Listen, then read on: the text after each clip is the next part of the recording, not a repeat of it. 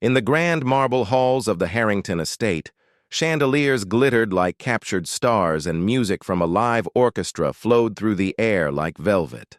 The occasion was one of prestige, the annual charity gala hosted by Richard Harrington, a billionaire known for his wealth, power, and ironclad pride. Guests in satin gowns and tailored tuxedos filled the ballroom, swirling across the polished floor in waltz after waltz. They laughed, gossiped, and raised glasses of champagne, all under the watchful eye of their wealthy host. But behind the glamour, in the shadow of the glimmering spectacle, worked the household staff. Among them was Alina, a young black maid who had quietly served the Harrington family for 2 years. She was graceful even when scrubbing silverware, elegant even while setting down crystal glasses.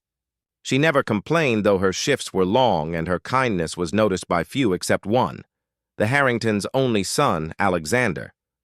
Alexander was tall, quiet, and unlike his father. He had an artistic soul that didn't care for wealth or status.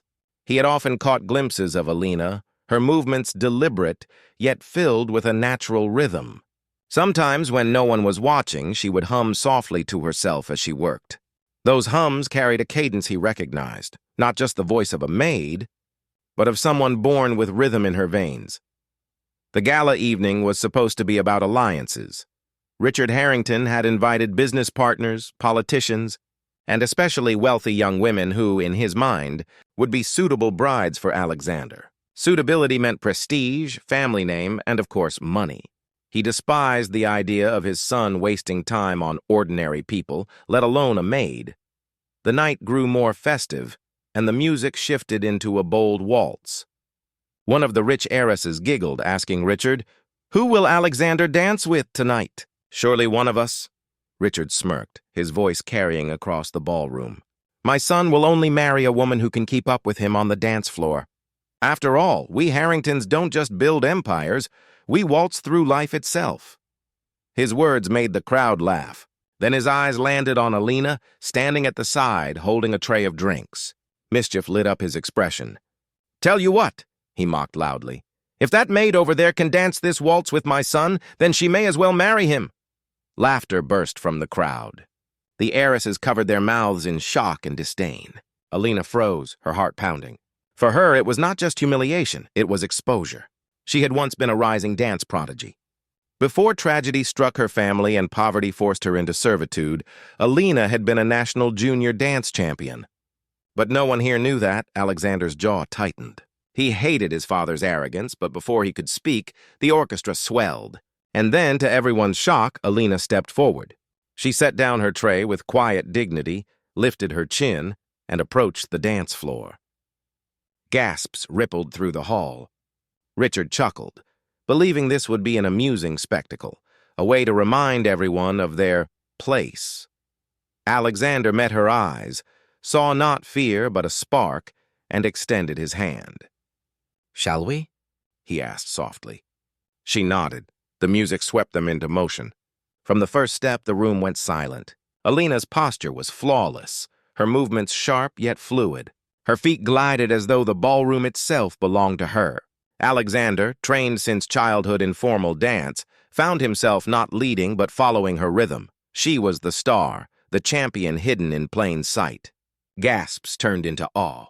Guests whispered, "She dances like a goddess!" By the time the final note of the waltz echoed through the grand hall, the crowd erupted into stunned applause. Alina curtsied with grace, and Alexander bowed, his eyes never leaving hers. Richard's smirk had vanished, replaced by disbelief.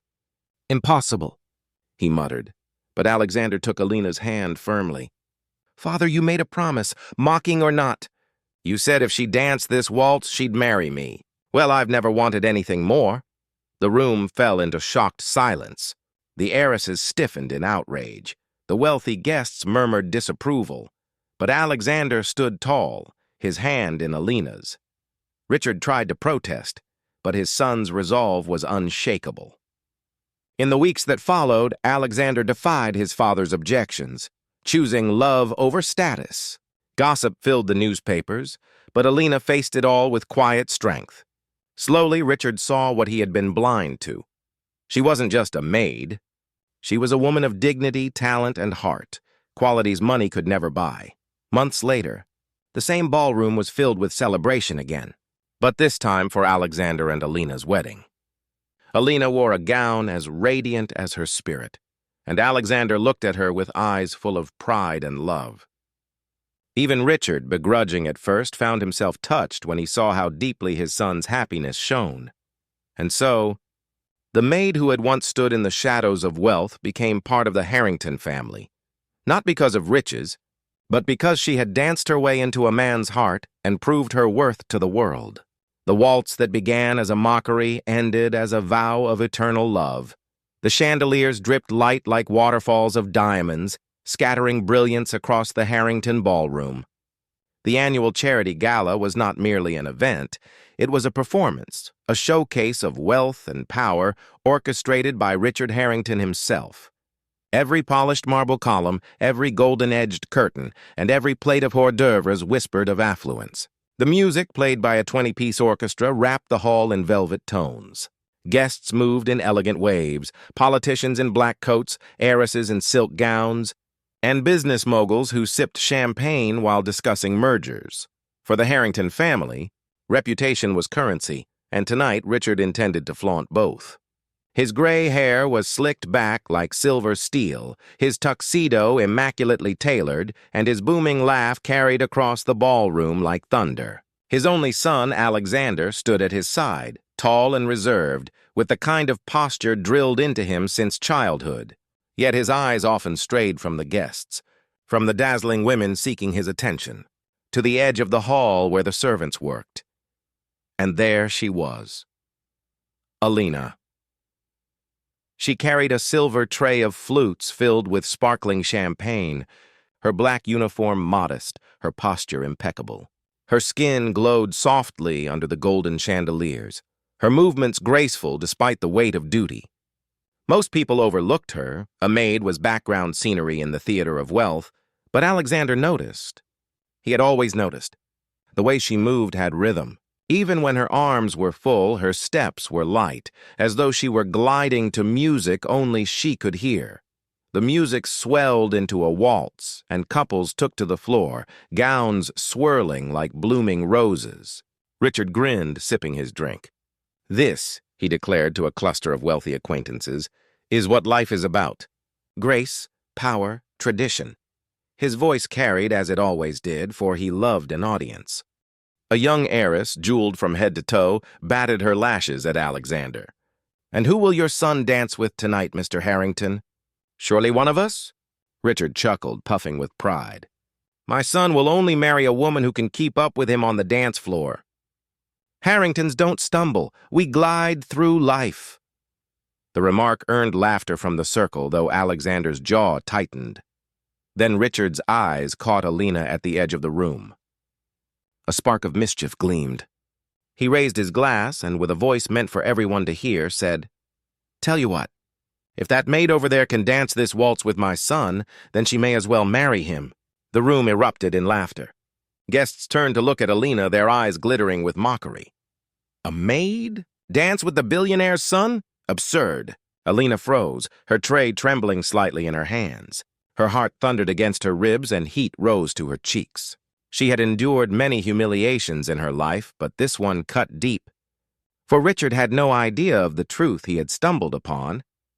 For before she wore a maid's uniform, she wore dance shoes. Alina had been a champion once, a child of rhythm, trained in dusty studios where mirrors cracked but passion burned bright.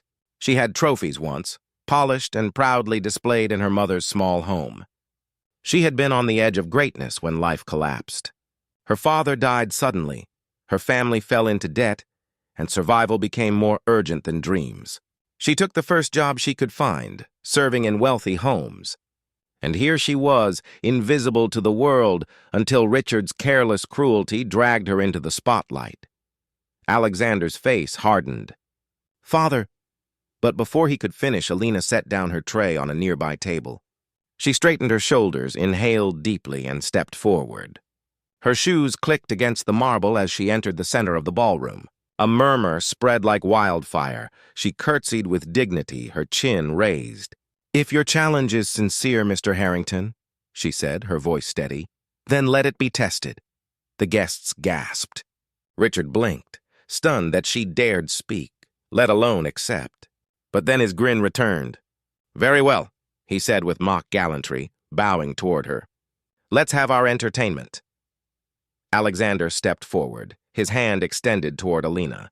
His voice was soft, only for her. "You don't have to do this."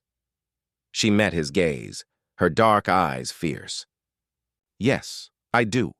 And as the orchestra's waltz surged, their hands touched. The first note lifted them like a tide. Alexander led her onto the floor, but quickly he realized it wasn't he who led. It was her. Alina's movements were fluid, precise, powerful yet graceful. The years of discipline, of practice and performance had not left her. Every turn, every step was poetry. The hem of her simple maid's dress swirled with unexpected elegance, rivaling the silks of the heiresses. The ballroom fell silent. The laughter, the sneers, all faded into awe. Alina spun beneath Alexander's arm, her back arched with perfect posture, her head lifted like a queen. His heart pounded, not from the steps, which he knew well, but from the fire in her presence.